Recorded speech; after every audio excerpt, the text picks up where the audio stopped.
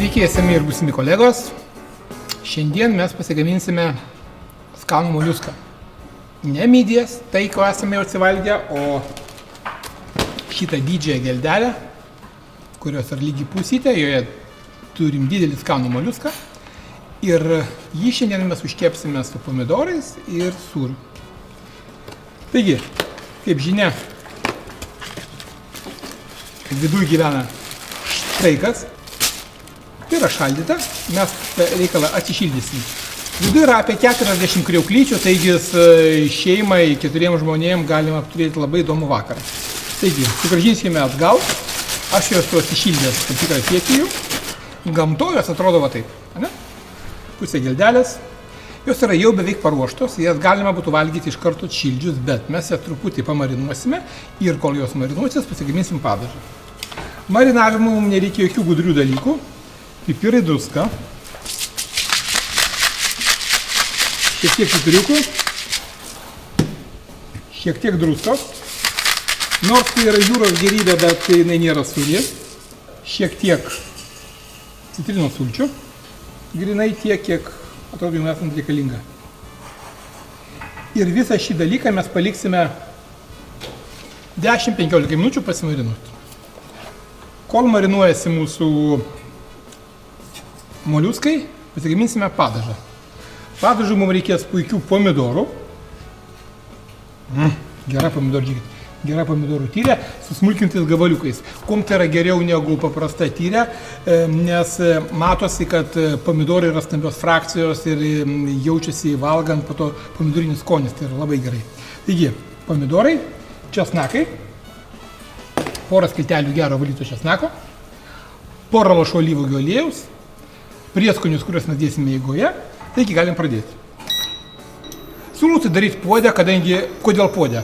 Aukštam puodę nesitaško taip riebalai, geriau eina išmaišyti ir jeigu darysite didesnį padažo kiekį, jūsų virtuvė bus tiesiog švaresnė. Aliejus, geras alyvuogių aliejus. Šiuo atveju naudoju portugališką. Didžiausia jo yra savybė, kad jisai nėra toksai rūgštus kaip kiti aliejai ir akivaizdžiai pajautus, paragavus gryną produktą, tai jį jaučiasi. Kadangi aliejus nėra rūgštus, o mūsų pomidorų masė yra vis tiek į rūgštumą, tas yra svarbu. Taigi, žiūrėkit, aliejus mūsų iš karto įkaito. Smulkiname česnako. Česnaką smulkiname gan grubiai, nes jisai vis tiek atsidurs ant mūsų moliuskų. Žiūrėkit, štai česnakas. Galima daugiau, galima mažiau, čia jau kaip mėgstat. Taip, jis iš karto linkęs yra dūminti, bet tai gerai. Taip, kai mūsų česnakas apkepia, iš karto supilame pomidorus.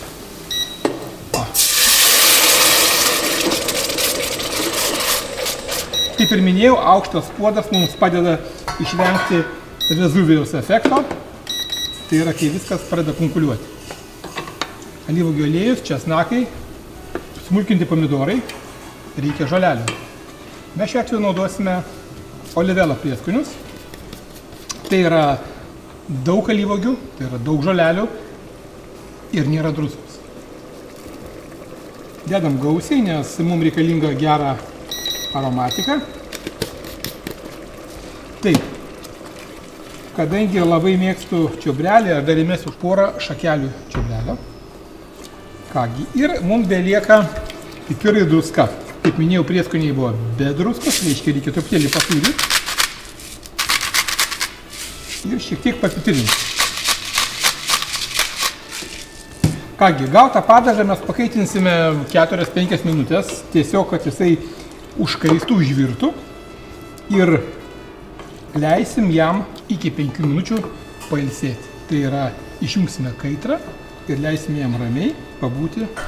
Per tą laiką česnake, prieskoniuose, alyvuogėse, žolelėse esantys eteriniai aliejai, aromatika, visi kiti geri dalykai perės į pomidorus. Iš karto toks patarimas yra, ragaukite šitoje stadijoje mūsų padažą, nes nuo pomidorų priklauso, ar bus rūgštu ar ne. Skirtingos veislės pomidorų turi skirtingą cukraus kiekį. Šiuo atveju aš paragausiu ir mes matysime, ar mums reikia dar truputį pridėtinio cukraus. Reikia. reikia truputėlį cukraus. Adėsiu šiek tiek rudo cukraus, bet gali paprastą baltą. Užvirė, leidžiam jam pailsėti. Ir dabar grįžtame prie moliuskų.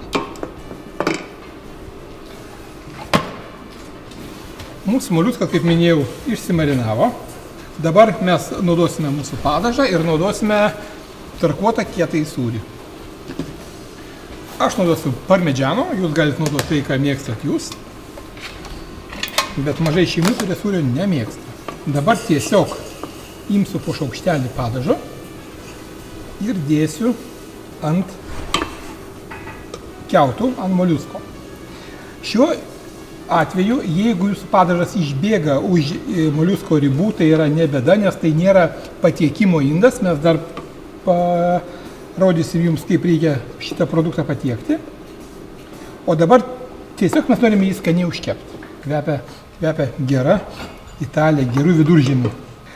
Iš patirties galiu pasakyti, kad tą padažą galite puikiai naudoti verdant pastą su tom pačiam jūros gėrybėm. Dabar mūsų moliuskai bus užberti truputėliu tarkuoto sūrio.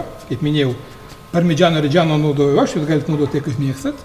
Ir pašausime į orkaitę 180 laipsnių 6-7 minutės. Tai tu pakakti. Kas be ko, šitą produktą galima naudoti ir šaltą beje. Tai yra užkepti, atvėsinti ir tada su balta duona, su kažkokiu tai čiabatos gabalėliu visai skaniai susivalgo. Turime sūrį ir dabar 5-6 minutėm į orkaitę. Per tą laiką galim serviruoti mūsų moliuskus. Didelė lėkštė. Ir jeigu mes būtume paprasti, eiliniai, klasikiniai maisto gamintojai, mes gražiai išdėliotume mūsų maistą čia ant šitą lėkštę ir būtų gražu, papuoštume ir būtų tikrai skanu ir faina. Mes taip nenorim, mes esam kitokie.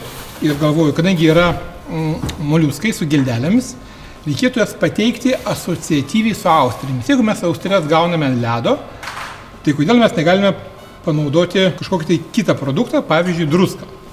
Gerą jūros druską ir mes tiesiog papilsime daug druskos. Valgyti ją galima, bet nebūtina. Žiūrėkit, turime gerą foną. Dabar išsitrauksime iš pečiaus mūsų moliuskus. Štai. Žiūrėkit. Užkepė, viskas tvarkoj. Dabar mums beliko juos gražiai sudėti. Dėjimo tvarką galime, aišku, pareguliuoti patys. Smailiaja dalim į centrą arba bukaja dalim į centrą, čia jau kaip jums patinka. Žiūrėkit, koks pliusas yra, kai dedam daug druskos. Moliuskai nesivažinėja po lėkštę. Ir jeigu nešite iš virtuvės į svetainę svečiams, tikėtina, kad jie jums neišlakstys. Kai po koją pasipainios katinas ar dar kas nors. Manau, kad citrinukė per vidurį. Ir dar porą štrichų, šiek tiek žalumino. Na tai va. Moliuskai, pomidorai, geras sūris, truputį prieskonių, daug druskos, skanaus.